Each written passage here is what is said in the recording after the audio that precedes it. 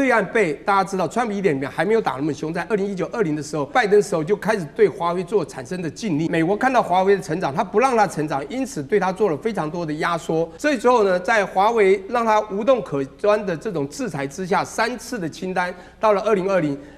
那我們的對岸真的受不了，他只好用他過去曾經提過一個定律，這時候他只做速度的加快就是縮短，而不是縮小。你覺得還需要EUV 嗎？對，所以荷蘭會擔心啊。剛剛特別提到的中美科技戰，首先看到今天的火線話題，共是3個，我們等一下會請來賓來特別幫我們做解析。華為喊出的，接下來不用再靠西方國家的 EUV 了，也能夠衝刺在1奈米。1.4奈米，並且拋出了涛定律，這個是什麼？等一下會請專家來特別幫我們做解讀。這個定律可以挑戰摩爾定律，這是一個技術上的大突破，也會準備改寫全球半導體遊戲的規則嗎？第二件事情是回顧一下，華為在過去6年一共是量產了381款的晶片。黃仁勳自己坦言了，大陸的 AI 市場已經逐漸的。在美國方面，对大陸市場逐漸失守了。艾斯摩爾也罕見的因為了這個美國對中的限制而槓上了華府，反對出口管制。全球晶片的供應鏈現在已經升級為一個政治問題嗎？在中國大陸快速的衝刺之下，艾斯摩爾輝達霸權還能夠穩得住嗎？這是第二個問題。最後，今天也會來關心到的是美國請全國之力要來拼半導體產業嗎？一方面推了這個法案要圍堵大陸的晶片，要求盟友一起圍堵中國。到馬斯克他宣布要蓋這個超級晶圓廠帝國，這一場科技之戰背後搶奪的是 AI 霸權，也或是美元或人民幣霸權嗎？今天就這些議題，我們都會一起來做關心。趕快要來關心到的是大陸的科技戰，這一回真的會改寫規則的一個新的突破新階段了。最新消息，華為正式的拋出了全新的半導體理論涛定律，透過邏輯折疊的技術是可以不依賴 EUV 極紫外光機的曝光機的。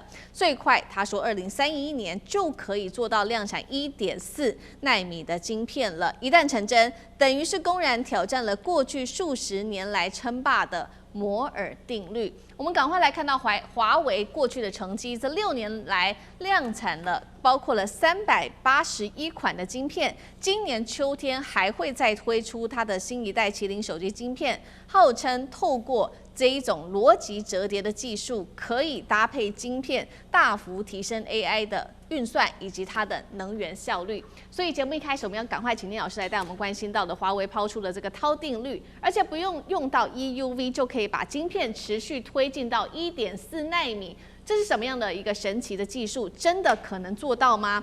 摩爾定律現在被說已經逼近到了物理的極限，難道未來是在靠先進製程，還是另外一場全新的架構革命？那聶老師怎麼看？好，其實我這裡要科普一下，還好我有一些工學院的背景，而且我一直在教數量方法。有一個字，希臘字非常之重要。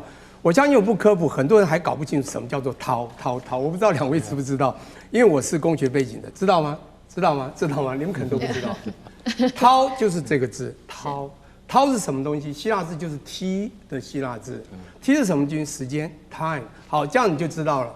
所以我跟大家報告一下，非常清楚，涛定律就是維持它另外一種可以超前的這個速度，也就是這個效能更超前，它是用時間的壓縮，而不是過去用把一個同樣的一個單位中，比如晶片或叫集體電路，把以前的電晶體把它壓縮，一直壓小，那小到你根本看不到。什麼叫奈米技術？越小，同一個單位裡面放越多的這個電晶體在裡面，它走越多的電路，你可以在越小的地方做到越超強的能量，不是這樣嗎？就做小，大家知道哈。那小到很小的時候，你就必須靠一個東西。我跟你講，你顯微鏡是不是才能看到很小的東西？你就必須靠那個所謂的極光機啊、EUV 啊，這個所有的這個艾斯摩爾荷蘭就專門做這一塊，讓你很小的東西可以光照進去呢，真的照那個藍圖，你才可以把電路照過去。那小到不行，再小再壓縮，你就會發現就會超過我們後來在前幾年講的叫摩爾定律達到了極限。那我先回顧一下，我們基本的科普一下，什麼叫摩爾定律？摩爾定律呢，是當時不可一世的一家非常厲害的機电路公司叫英特爾，在我那個美國讀書的年代，所有的電腦，我們不管當時的 Clone 啊，從個 PC， 我們從286、386到486，當時記憶體只有256 可以到1 mega、2 mega。我在美國開過電腦公司啊，先報告一下。也就在那個年代，我們所看到CPU加上去就叫 INTEL 5個字 ，Intel 不可一世的當 CEO 叫做 Gordon Moore， 他就覺得他們太厲害了，我跟你是，他認為我們可以在18個月到24個月，也就是2年之內。讓我們所有的一樣的東西，我們越來越壓縮，技術越來越好，讓你越來越小，越來越好。你看到一樣的東西，我可以做到越高效了，越高效，越來越厲害。每2年加速2倍的含量在裡面，越來越什麼東西小。那但是大家要知道，其實啊，這個我們講的我們的對岸華為，因為受到了晶片制裁，剛剛講到6年。不是麒麟的麒麟這個晶片不是供給華為手機，好像越做越棒，好像怎麼也不太輸，有沒有？當然，它還沒有辦法做到先進奈米製程。雖然我們的中國大陸它的成熟奈米製程在全球 way alone 已經真正掌控了全世界任何我們不管民用的大部分的這個所謂的這個我們的使用的 gadget 的商品。可是你知道，比較高科技、很先进的這些奈米製程啊，甚至3奈米以下的，我們講台積電基本上全球一枝獨秀嘛，就是三星還有 Intel 早就大概在這個方面退場了啦，它只能銜接這個台積電過去來把它的技術技能再加持。我現在重點就在那，當對岸被大家知道，川普1.0還沒有打那麼凶，在2019、20的時候，那個拜登時候就開始對華為做產生的禁令。那大家要知道，當時在2018年是先對知道華為很厲害，先把孟晚舟抓起來，把他這個弄了30天，有沒有？我要講的這件事情是告訴大家說，美國看到華為的成長，他不讓他成長，因此對他做了非常多的壓縮。這之後呢，在華為讓他無洞可鑽的這種制裁之下，3次的清單，到了2020，那我們的對岸真的受不了，他只好用他過去曾經提過一個定律，這個定律其實他們很早就提出來了。那這個有一個人，我們必須講一下，叫做1996年入到華為進去的一個女人，叫做何庭波啦。這個人呢、啊，跟大家講一下，她是一個董事。你不要小看這個人，他是雙碩士啊，他也沒拿到像我這樣拿博士。重點博士不重要，他是一個物理和通信的雙學位。重要是他是湖南人啊，抱歉啊，因為我也是湖南人。重要是湖南人很能做事，很有 guts， 做事就專注，就跟最近有一個機車叫張雪一樣。都是湖南人，湖南出才子啊！就毛澤東不也湖南人？好，重點來了，也就是我們這種湖南的精神打拼。他當時做他的業務部門，就辦到業務部門 CEO 也做到最強最厲害，所以他被稱為叫華為晶片之王、晶片女神，或者叫做技術女神哦。這樣一個女孩子，你知道被他們重用。好，這時候他就不斷的推陳出新，他因此做出了一個用過去的濤的定律來說，我們用加速的方式，不需要縮小。好，那他就用行動說，在一個城市中就這麼大，你的地崎嶇不平，我們就盡量蓋道路，盡量蓋道路，越蓋越多，越塞越多，越塞越多。好，這個我們基地店越來越多。可重點，他用另外一招，他說我們用折疊邏輯折疊的方式 ，logic， 你知道嗎？那種折疊的方式，要 fold 它 ，fold 什麼意思呢？就是疊加，疊加之後它可以超強。各位想想，我國中就畫了一個，我們講畫公路，畫高速公路，我就畫了天上的公路。你知道，你一旦超過了地上你還要繞路，還要碰到崎嶇地形，它是用高架模式，並直接到對岸。我要強調就是，它是用超速的方式去做，也就是不是把這個容量一直壓小，而是把時間加速，把時間變短啊，不是小而短的方式。這個東西叫 time 就是濤，希臘，所以叫濤定律。有人當時把它定成叫何庭波嘛，何氏定律 ，Hurst law，no， 它叫濤 law。好 ，anyway， 這是現在華為要做的。那因此呢，這時候它只做速度的加快啊，就是縮短，而不是縮小。你覺得還需要 EUV 嗎？對。所以荷蘭會擔心啊。那當然，它現在要做1奈米，不是說它可以做到這麼小到1.4奈米，那是一個大小的概念。他說它的效能可以達到1.4奈米這樣的一個邏輯折疊，讓它可以做到。即便先進製程，就我們講1.4奈米好，2奈米，甚至將來到1奈米好，所做的東西，華為用這種邏輯折疊方式，一樣濤定律可以做得到。好，所以我們看到華為最新宣布的這個新突破濤定律，這個消息一出來，真的是坐實了現在艾斯摩爾跟輝達可以說他們的噩夢，因為他們先前就已經預言說中國大陸很可能會超車，現在等於是坐實這個噩夢即將要成真了嗎？我們來看到，所以呢，這2家公司企業的大佬趕快站出來喊話。首先是艾斯摩爾的執行長福克罕見發了一個重話，他說持續對大陸市場的出口限制只會加速中國的自主研發，而且他也用沙漠求生來比喻中國大陸現在在自主研發的這一條路上面，他說他可以在逆境中自給自足哦。对于艾斯摩爾來說，他說現在此刻就是存亡的問題了，並且他也從這當中看到了具體的數字。中國大陸艾斯摩爾在中國大陸的營收佔比會從去年的33%，在今年會暴跌到20%，所以荷蘭政府已經正式的向華府表達了不滿。而美國到底是祭出了什麼政策？事實上就是在4月份祭出的這個 Match的法案，要求不管是盟友日本啊、荷蘭都會限制賣這一些高階的，不管是先進設備、晶片等等 EUV 啊、DUV 給中國大陸。那另外一方面，一方面我們看到艾斯摩爾是抱怨美國所做的事情，但另外一方面，現在得知的一個消息是，艾斯摩爾執行長私下證實他有跟馬斯克會談，因為馬斯克呢最新他說他計劃蓋一個高達1190億美元的 Terafab 超級晶圓廠的計劃，地點選在德州，接下來會打造的是整合邏輯晶片、記憶體、先進封裝這一種超大型的晶圓帝國，被視為說，難道現在美國也要複製中國大陸的模式嗎？透過這種國家的力量，再加上科技巨擘的這種力量，一起來扶持當地的半導體產業嗎？那另外一方面，我們剛剛說了噩夢成真的，還有輝達執行長黃仁勳了，他再次的點說，在美國的出口管制之下，輝達已經把中國的 AI 晶片市場大致上都拱手讓給華為了，聽起來有點認輸的感覺哦。那麼他還強調說，華為在今年會非常的強，尤其是在接下來的一年，他說他會再創佳績，而且本土晶片生態鏈也發展得非常好。接下來，華為可以完全不靠 EUV 發展出走出它的新的一條路嗎？對於艾斯摩爾跟輝達來說，又會有多大的一個威脅？那這是一個全新的產業革命嗎？謝大使怎麼看？對，這個就是一個全新的產業革命，所以艾斯摩爾很緊張。我想全世界這些有關晶片的主要的大廠啊，還有就是說晶片設備的製造廠，我想現在都還要想搞清楚到底什麼叫什麼濤定律啊，這個要不然就是趕快學，要不然就是搞清楚對它這個產業造成衝擊有多大，剛剛摸清楚。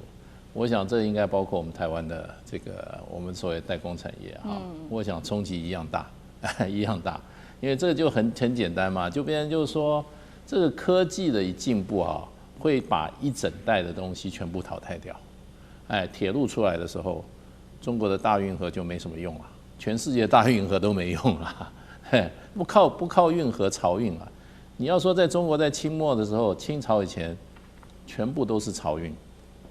北方、南方，然後呢，重要運輸都是靠船啊，漕運啊，所以有這個青幫，這個所有的都要有規則的啊。那鐵路一出來以後，中國所有的運河都淤塞了，就是這麼現實啊。那你更不要講說，我們小時候，可能現在年輕人都不知道，我們以前哇，Sony ，Sony 這個啊，多讓人向往啊。現在你看它不行了。它就主要它沒有跟上這個科技發展的腳步，它的產品沒有跟上來。那更不要講日本當時做那些什麼 做那些什麼 Walkphone 啊那些National 啊，現在沒有了。那現在唱片大家是玩家在玩了。以前我們聽音樂都是唱片，唱片錄音帶一出來，唱片就沒了，唱片也通通關門。然後呢，CD 一出來以後，那個錄音帶也沒了。現在 CD 你也買不到了。對。為什麼買不到？現在大家都用手機直接把音樂都 download 下來，或者我在手機上就加入這個音樂網站就可以啊。車上也可以聽，走到哪都可以聽，要聽什麼都可以聽。對，所以就變成就是說，這個科技隔代換代是最可怕的。你要知道你是不是會被淘汰掉，因為這個所謂時間縮微嘛，他剛剛那個聶教授也講得非常清楚，時間縮微，過去是什麼？是物理縮微，把你這個物質把它縮嘛。那現在他是用另外一個概念來做，就完全另闢蹊徑嘛。同樣產生的效果，他說我2031年我做出來的晶片就是達到1.4奈米的效能，對不對？那怎麼做的話，可能我的整個內部設計各方面都不一樣了。是，對，所以他說，所以最近就變成就是說，當時華為在被這個封殺的時候啊，他花了大概4年的時間嘛，1500多天嘛，我记得他們講1500多個日子里面，他們突圍了，也就是那個他當時的那個晶片，手機的晶片突圍。那當時手機一出來就是 Mate 60P 嘛，我記得 Mate 60，一出來的時候，哇，各國都把他那個手機趕快買去，把他那裡面的核心處理器拿出来拆，一拆出來發覺，果然是中國大陸做的，不是外面什麼我們台積電幫他做，沒有了。然後呢，中國大陸設計的純指7奈米，那他們就很奇怪，怎麼做得出7奈米？那他現在已經講了，他們已經用這個所謂的這個定律這個時間的這個定律來怎麼樣？已經設計了300多個晶片了，然後2031年就要做出1.4奈米等量的這樣子的晶片了。你說這些公司哪個不緊張啊？对。如果我們台灣有公司不緊張的話，我不相信。我不相信，這個實在是一個大地震。对，好，所以我们看到這一場全新的科技革命，剛剛講了嘛，這個包括了各個科技產業大佬都非常緊張，不管是輝達，不管是艾斯摩爾。那同一時間呢，艾斯摩爾現在是另闢一個新的商機的一個新管道嗎？因為我們剛剛特別提到了嘛，執行長特別跟馬斯克聯繫上了，因為馬斯克說要在美國的德州這邊蓋一座超級晶圓廠，而且是砸1000億美元的。現在被解讀是不是美國也要複製大陸的模式，做到請國家之力來扶植半導體產業？那這背後爭奪的是 AI 科技的主權，幹哥又怎麼看？但是我是覺得馬斯克他如果要造一個超級工廠，那個依照艾斯摩爾那個執行長傅凱他所講的就這個根本就是一個 crazy plan， 非常瘋狂的計劃。因為他說第一步投資下去就是我們台灣投資美國的那個價錢，就200億美金先丟了，但到最後這個廠在德州這個廠規模會大到1200億美金，那是多大的廠啊？其實我今天坦白講一句，1200億美金，馬斯克他要怎麼個融資法呢，才能夠融資到那麼多？政府不幫忙，我看很難的。所以剛才思明講的沒有錯，也就是說要扶植自己的產業。而馬斯克在跟傅凱兩個人見面的時候，傅凱說他很認真哎，本公司艾斯摩爾是全球唯一能夠做深紫外光刻機的。我是每天都要等着那個什麼SK 海力士或者是英特爾抱着現金來找我，為什麼？只有本公司做得出來，只有艾斯摩爾做得出來。可是你不讓我艾斯摩爾賣深紫外光刻機給大陸給中國，對，你知道我們少了多少營收嗎？其實我今天坦白講一句，他講的不是我講的，他坦白講一句，他說雖然艾斯摩爾很賺錢，但是在銀根上面，老實講一句，每一家像這樣子的半導體像這樣子的公司他們都是在跟時間在賽跑的，真的一定是這樣子。輝達也一樣。所以我一旦失去了這個市場會怎麼樣？大家就曉得了嘛。然後馬斯克跟他談的時候，馬斯克非常緊張，非常認真跟他談這個事情。他說：“總裁，我跟你講我馬斯克我一定要，為什麼你知道？因為我的特斯拉跟以後我的星鏈的整個系統，沒有你們艾斯摩爾的東西，我們是做不出來的。是，而且我非常非常的重視我們未來，就說我們這個電動車以及星鏈計劃，再過10年，能不能夠仍然引導着世界的潮流？這個是馬斯克他最關心的。所以在這種情況底下，他說：“我跟你講，這個封裝廠是從生產到測試到封裝一體成型。我們現在聽起來就好像跟着像華為一樣的嘛。美國人從來不幹這種事情的，現在幹了，你就知道說他們的危機意識有多高。所以你就在想，輝達的執行長黃仁勳他所講的最後那一句話，他說：基本上我們現在已經完全把 AI 晶片的市場還給華為，我們還給華為，我們不要了。以前我有1/5的利潤是從這邊來的，我們現在通通還給他。為什麼？因為你讓我們失去了這個市場，就像艾斯摩爾也是一樣，他現在也失去了，也是一樣失去這個市場。但是當然那個1.4奈米是不是真的在2031年能夠成功啊？現在看起來還有好幾年，但最後如果真的成功了的話，那要倒霉的是誰？川普已經做完他的總統了。是美國的產業要倒霉，這就是事實。此刻呢，我們來看到的是北京的 AI 自主突然間大爆發。那黃仁勳這一次呢，不能去川習會，大家也在看這個背後的原因，為什麼他會突然間被川普給冷凍了呢？跟他的華人身份這個政治敏感到底有沒有一些的關係？那麼另外，我們今天也會就財經面來關心華為的國產晶片正式進入到收割期了。另外就是中芯了，401億的整併吹響了總號角。等一下，今天就這些議題會一起來做關心。這一趟川習會，我們來看到川普帶着的人員有許多的企業家，包括了馬斯克啊、庫克啊、波音執行長、Meta 總裁跟許多家的華爾街的金融巨擘，但是偏偏是少了本来說要出席的這個輝達執行長黃仁勳。外界解讀說，為什麼呢？為什麼黃仁勳會在此刻突然間遭到川普的冷凍呢？也引起了許多的討論。當然，我們來看一下，其實黃仁勳他近期的動作非常的多，積極的訪中之外，還不斷的替中國的市場說話，跟這些事情有沒有關係呢？黃仁勳曾經說過的一些話，包括他說，如果美國因為害怕競爭，選擇封鎖中國大陸的市場，根本就是一個輸家的心態。他還說，如果美國不賣 AI 晶片給中國，中國就會自己扶植他們的華為、昇騰等等國產的 AI 晶片生態。再來就是特別看到最敏感的一句話是，去年黃仁勳在跟中國大陸的媒體交流的時候，他說：“首先我是中國人，然後我才成為美籍華人。”這個敏感的話，也是不是他遭到川普冷凍的原因呢？再來就是在這個黃仁勳出席一個中國大陸的鏈博會的時候，他特別大讚大陸的中國 AI 的模型，並且他也點出了幾家比較厲害的企業，包括了 DeepSeek、還有阿里跟騰訊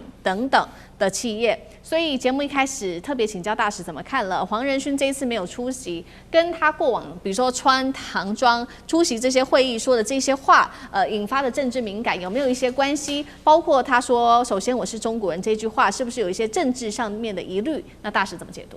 對，就是這些關係。黃仁勳本來講說，只要邀請我，我一定去。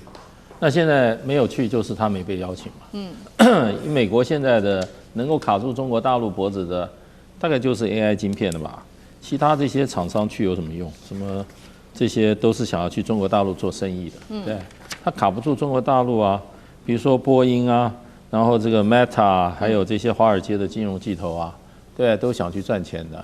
那黃仁勳也可以幫美國賺錢，為什麼不讓他去？那就是因為他講首先我是中國人，才適合成為美籍華人。你知道這在美國現在非常政治不正確。對，你即使你在這個你已經有位居高位的美國，現在不在乎啊。很多這些在這個研究機構的這些華人，現在他懷疑你啊，就把你列入這種所謂的這種機密等級，把你降級。很多政府補助案都不給你做了。美國就是原因什麼？因為你的背景是中國嘛，這個美國太多了。以前這個我們講前學生的話，他是美國研究這個所謂的這些所謂導彈的排名在前5名中間的最先進的科學家。結果他那個時候，因為他就是說我是中國人啊，我想回中國，美國就叫他把他踢出團隊，然後你要回去可以。5年不跟你接觸任何有關這個最高級的機密，所以這個是很敏感的事情。你不要以為美國人說我們都是美國人，我告訴你，美國人就分了很多種。對，那現在又這樣公開講，尤其川普聽了絕對不高興。另外一方面，美國人是這樣子，不要跟我講那麼多理由，這是我的政策，我的決定，你們這些企業界你就照我的講。不要還跟我講說什麼你反對我這個政策，反對我那個政策，你只要反對我的政策，你就不是朋友。這個他沒有這種包容性的，所以黃仁勳當然是因為他因言蠱惑啦，可能他的講法對美國來講，很多人很贊成他的講法，因為他講的是實話。可是有時候政客他才不要聽實話了，他要聽政治正確的話。你政治不正確，對不起就沒你的份。對，所以我覺得現在就是美國現在是政治掛帥。他們事實上比那個文革還文革，川普是搞這一套。那 DEI 這些人通通把他拉下來啊。对，然後他認為過去有很多不正確的做法，現在都在怎麼樣，都在改正。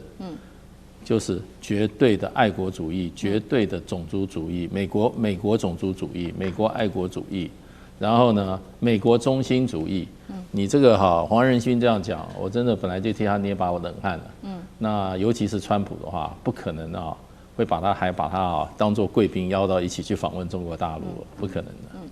好，就是因為這個黃仁勳先前的一席話哦，非常多的這個態度的表達，遭到川普的冷凍，成為一個政治上面的問題。但是另外一方面呢，這個是政治的問題，在經濟層面，在這個科技戰的層面，北京則是做好了各種的準備。我們來看到一些在同樣是川習會前，其實北京就在他們的半導體的行業之內，其實就已經做了非常多的準備。這一位是在中國大陸的國務院副總理丁薛祥，最近有一個比較罕見的動作，因為他突然間現身的地點是在華為的上海青浦研發中心，他進入到了晶片基礎技術的實驗室，被解讀是不是呢？接下來這個就會成為一個國家級的戰略計劃了。那現在大陸也開啟了 AI 自主的一個總動員，我們來看到幾家企業，包括現在來看到的是字節跳動 AI 的預算上調2000億人民幣，阿里3年最多砸4800億投資，7成晶片預算走向國產，還有 DeepSeek 適配了8家的國產 AI 晶片。現在呢，華為不斷的自己升級它的這個升騰晶片，證明國產能夠做。再來，客戶有許多新的選項，不管是在這個平頭哥、寒武紀、海光等等的企業都在同步發展，要跟這個美國脫鈎嗎？再來就是丁薛祥的這個動作，他這個時候公開視察華為所代表的意義上，這個怎麼看？其實丁薛祥去看，我覺得是一般般啦，只是說華為做一個沒有上市的公司，其實有點神秘。那所以大家都不知道它的財報跟等等的，他雖然也會披露他的這個，所以呢，在中國大陸我們通常會看兩個，第一個是如果有重要的領導人去看這家公司，這就是指標性；第二個，我想有更重要的，現在是如果有國家大基金。中國大陸的國家資本的部分投這家公司，最近其實很受關注的是，中國大陸的國家大基金正式投資傳出來，要投資 DeepSeek 高達500億人民幣哦，現在是整個中國大陸科技界最難想象，因為中國大陸過去國家的錢是投硬體，不太投軟體，它就軟體讓民間公司自己發展，因為有起有落嘛。所以作為中國國家資金投 DeepSeek 500億，這個其實最近大家其實很驚悚，就表示說整個中國大陸對於科技的推進，不只是去領導人去看一看，他要投錢了。當然，其實的確想去華為看來講，其實我認為還是歷來華為，其實大家其實在台灣有些人都搞不清楚，大家都覺得華為好像是一個公司，做一陣子，告訴你華為多老，華為是任正非在1987年成立的，這什麼概念？台積電在當年一起成立的，所以在台灣當中比華為老的只有鴻海、宏基跟聯電，其他各位想象當中，廣達、華碩這些比華為要，大概差不多同期晚個1-2年哦。大家現在這個大立光、聯發科比華為晚10年哦。所以很多人不知道華為現在它到底有多老，所以它其實從江澤民、胡錦濤，包括先前我們知道習近平，他沒有在中國大陸有正式去華為的記錄，不知道私下去不知道，但他當時去2015年去英國訪問的時候有去看英國的華為公司，在那個地方聽了簡報，所以呢，其實整個華為在中國大陸的角色，無論如何還是蠻厲害的啦。它現在不能跟蘋果、輝達比，但是以它作為一個沒有上市的公司，它整個部分的淨利潤其實高達280億，它整個大概2025年它做了9000億人民幣的部分的這個營收，在全世界還是排名前15之內哦。而且就剛剛提到的，它對於配合中國大陸國家戰略鴻蒙。其實就是把所有微軟都去掉了，去美國化，然後它的所有的 AI 科技的落地的部分的東西，甚至連礦業，包括現在的三峽大壩，你能想象當中的以軟體應用、電信應用的基層，其實都是華為。華為自己不上市，可它現在最近可能會讓一些子公司上市，這可能是華為最大的改變。所以呢，它的科技繼續的變化，而且跟中國大陸國家戰略的捆綁的軟硬體，我想是不用懷疑的。好，那另外在科技業上，大陸的另外一個重要大動作，還有這個最近科創板上出現了一個史上最大的一個併購案。這個是呢，中芯國際砸了406億人民幣併購案，併購的對象是中芯北方。中芯北方它其實非常的厲害哦，產能的利用率高達了100%。那麼做的是成熟製程，現在已經說呢進入到了供不應求，那產能利用率同時也是最高的。包括了中芯的創辦人張汝京，他也強調了說，大陸啊，你做這個中國大陸半導體，其實呢，你不用一昧的去追求3奈米、2奈米的發展，可以好好的做成熟製程，尤其現在全球的需求高達了80%。幹哥怎麼看？對，他說哈，因為我們去追求那個2奈米、3奈米，那個叫什麼？那個叫先進製程。然後你成熟製程才是利基，那個才是利基的市场。所以你幹嘛要把所有的注意力，我想那叫盲目追求，那丟很多錢進去，你知道嗎？可是問題在於說，大陸本身，它的確到現在為止，中芯國際，它張汝京是大陸的這個半導體的教父之稱啊，雖然不是之父，但是也是教父啊。他就講了，我們現在應該要把重心放在什麼？放在利基的市場，而不是去盲目去追求。為什麼？因為我們現在其實能夠做到就是7奈米嘛，對，7奈米以下的話，5奈米就比較力有未逮了。那2奈米跟3奈米是現在一窩蜂市場上瘋狂去追求，砸了多少資金下去？可是大家都忽略了，你知道，他說分析以後發現，市場上只有20%的先進製程，另外80%都叫做成熟製程，也就是說 DUV 哈。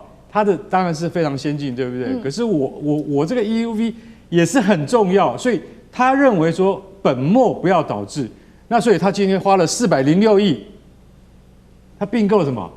併購了中芯北方。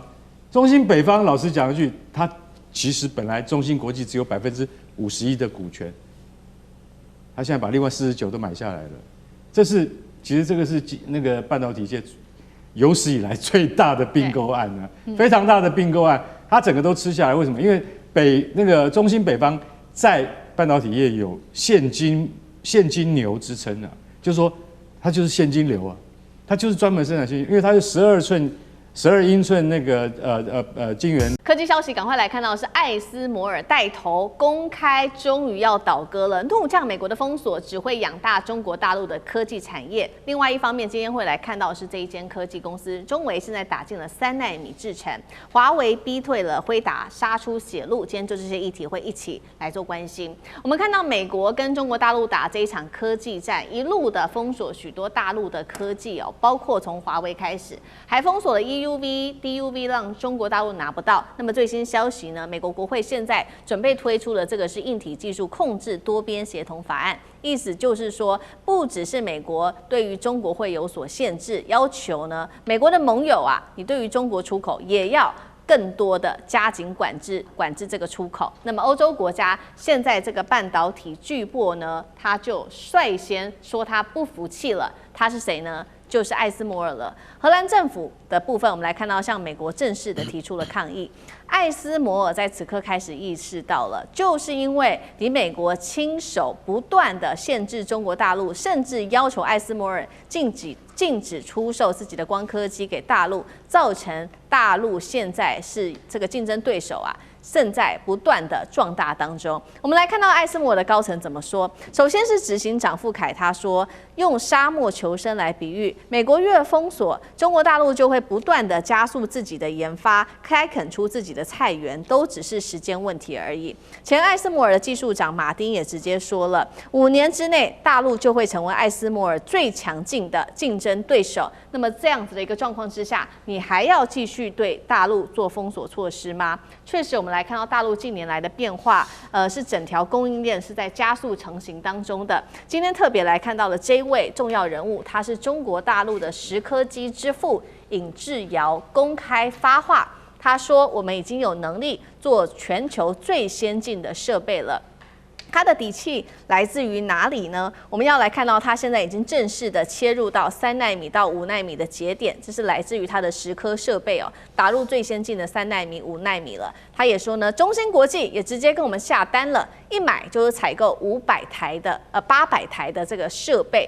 我們來看到低溫的蝕刻設計的技術有哪一些重大的突破？主要就是它可以一直做层層的堆疊，最多呢是達到400層，那麼提升的是3D 的 NAND 堆疊的作用，在低溫零下20度以下可以做施行。這項技術本來是美國跟日本所擁有的技術，現在大陸等於是突破了。那因此，美國也開始在想說，過去對于大陸的種種限制到底有沒有做對？所以節目一開始，我們先來看到美國越封鎖是不是加速了大陸半導體的全條鏈的形成呢？荷蘭接下來會怎麼做呢？真的會配合美國嗎？還是會走出自己的一條路？苑老師怎麼看？這個大家看得非常清楚啊，就是美國政府裡頭制定政策的人啊，是違反這個自由交易的原則。然而這些實際上從事這些技術的人呢，包含這個黃仁勳啊，或者說是蘇姿豐啦，或是這個富凱啊，這些這個艾斯摩爾的這個 CEO 的話，他們是覺得說這個技術啊，就是要強調是屬於這個自由流通的原則。那我剛剛稍微跟大家強調一下，這個富凱啊，他也就是阿斯麦尔的 CEO 啊，他講了什麼話呢？他講說在目前為止啊，有關於這個光刻機啊，不管是 DUV 或者 EUV 啊，那當然的，荷蘭最高級的是 EUV， 還有更先進的。那麼他們目前的話呢，所制造出來的芯片的話，是这個求大於供啊，就是說是大家需求量非常大，所以說現在這個是一個擴張領土、佔據你的影響力的機會啊。那包含黃仁勳的 NVIDIA 的話呢，它的這個生態啊叫 CUDA， 也是希望借這個機會讓大家能夠習慣於用他們的產品，就像我們現在用的那個 Microsoft 的電腦裡面的軟體是一樣道理。那但是他講的第二點的話呢，就是說我們這個荷蘭的 ASML 的利潤非常豐厚啊。所以說，該能賺錢的時候，這個做生意的人心裡都非常明白，能賺錢的時候不賺，那麼等到以後沒機會了，你再努力也沒有用了。所以這裡面基本上牽涉到兩種經營的觀念不同。但是第三點的話呢，這個富凱他講的觀念是這樣子，他說呢，如果你現在不賣比較好的機器給中國的話呢，那就等於是說把他們送到沙漠去，然後不給他們任何食物的時候。你要記住，他們一定會想辦法創造出或是耕出自己的食物來的時候，他們一定要這樣做，因為那是生存問題。他講了這個生存問題，所以這裡面的話，我跟大家說補充一下。所以我覺得富凱講這個問題的話，大家會覺得很奇怪。現在做這種半導體科技、做芯片、做晶片的，大部分都是找我們這種臉，荷蘭是唯一的例外啊。對，美國也是我們這種臉啊，你做 AI 的更是我們這種臉。所以在這種情況下的話呢，就是因為是我們這種臉。所以你看看那個中國的這個光刻機之父以至堯，也就是我們這種臉。你認為中國做不出來嗎？這個是哲學的問題啊。就是說我們人做科技，科技不是發明啊，科技是發現。發現什麼？發現自然的規律。發現自然的規律以後呢，經過了積體電路的集結，讓它變成能夠使得自然會屬於我們的控制之下。你只是發現規律，只有上帝能發明。所以你在這種情況下，假以時日，終必有成。所以黃仁勳講到說，哇，我們現在在市場上已經是，如果我們不賣給中國，那中國的華為就馬上取代我們。那你現在看到中興啦，然後中微啊，什麼都陸陸續續出來了。我給你坦白講，最多3到5年全部都出來了，不用了，也不用你麻煩了。对，確實哦，如艾斯摩爾的這個前技術長特別講了，就是5年之內，就是中國大陸會成為艾斯摩爾最大的競爭對手。也就是說，中國大陸接下來有辦法來自己建立自主的半導體相關供應鏈嗎？那酈將軍怎麼看這些評論？美國國會已經大幅的刪減對中國這個晶片設施裝備的一個禁運的清單了。為什麼美國會突然說是開放，然後刪除掉禁運的清單呢？就是很多的技術中國自己本身做出來，其中有一個最明顯的就是低溫蝕刻的這個技術，對，中國自己已經可以做得出來。那在這種狀況下，美國國會說我在對你實施禁運清單已經毫無意義了哈。那這個美國其實從一開始他發現中國也有機會有這個能力發展晶片以後，我們知道他說採取的就是小院高牆的策略嘛。我從幾件事情從時間序來跟各位觀眾做一個報告。在2018年的時候，中國那時候為了發展自己的晶片，知道中芯國際為了做出這個先進的晶片他去買了 EUV 的，跟艾斯摩爾買了 EUV 光刻機。但是後來被美國攔下來，不准你賣給中國，所以中國那時候就沒有 EUV 哈，它就不可能生產先進晶片。但是那個時候還給 DUV， 那中國利用 DUV， 它居然原來認為只能做出28奈米成熟製程的，但是中國自己本身利用這個 DUV 啊，重複曝光的技術。雖然說是良率可能比較低哈，可是它因此而也做出來所謂7奈米的晶片，大家還記得嗎？在2023年的時候，那個華為它的 Mate 60做出來以後，大家嚇一跳，美國嚇一跳哈，說你怎麼可能做出這種7奈米的晶片？我不是對你禁運這個光刻機嗎？那你怎麼可能有7奈米的 Mate 60用的是7奈米的晶片？所以那是證明。後來大家去猜半天，研究半天，後來沒想到中國居然是用 DUV 這個做出來的。那所以，因此，這個美國也叫艾斯摩爾開始對 DUV 也要管制。对。所以艾斯摩爾人家會講這種話嘛？你如果一直對他管制，他到最後你就逼着他自己做出他自己的晶片出來。所以，因此我們看到哈，在2020年的時候，這個中微哈，就是這一家這個中微這一家，中微可以比照就是荷蘭的艾斯摩爾啦，它是做光刻機的，叫中微哈。那中芯大概比照台積電是生產晶片的。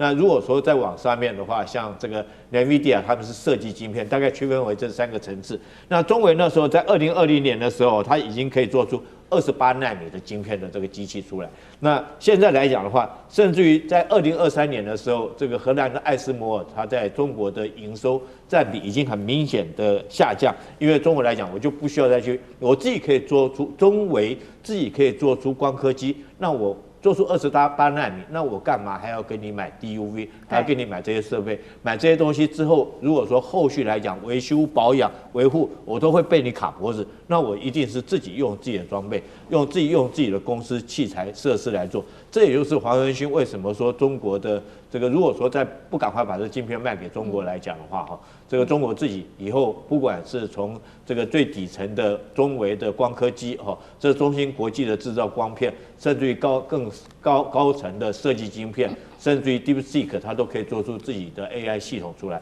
所以說黃仁勳才會這麼着急。好，確實哦，在美國的這個封鎖之下，我們看到艾斯摩爾這一次成為了一個受害者，所以自己呢，包括執行長跟前技術長都特別出來喊話，就是他們的設備賣不出去，反倒幫助大陸加速做這個設備哦。那另外一方面，其實呢，另外一個受害的廠商，就是往更上游走了，就是晶片設計廠商，它是輝達。黃仁勳現在呢，乾脆也不演了，直接坦誠中國市場，乾脆我們就是全部拱手讓人了，全部讓給華為吧，甚至公開就稱讚說華為非常的強，而且呢，他直接說了，今年華為會迎來非常非凡的一年。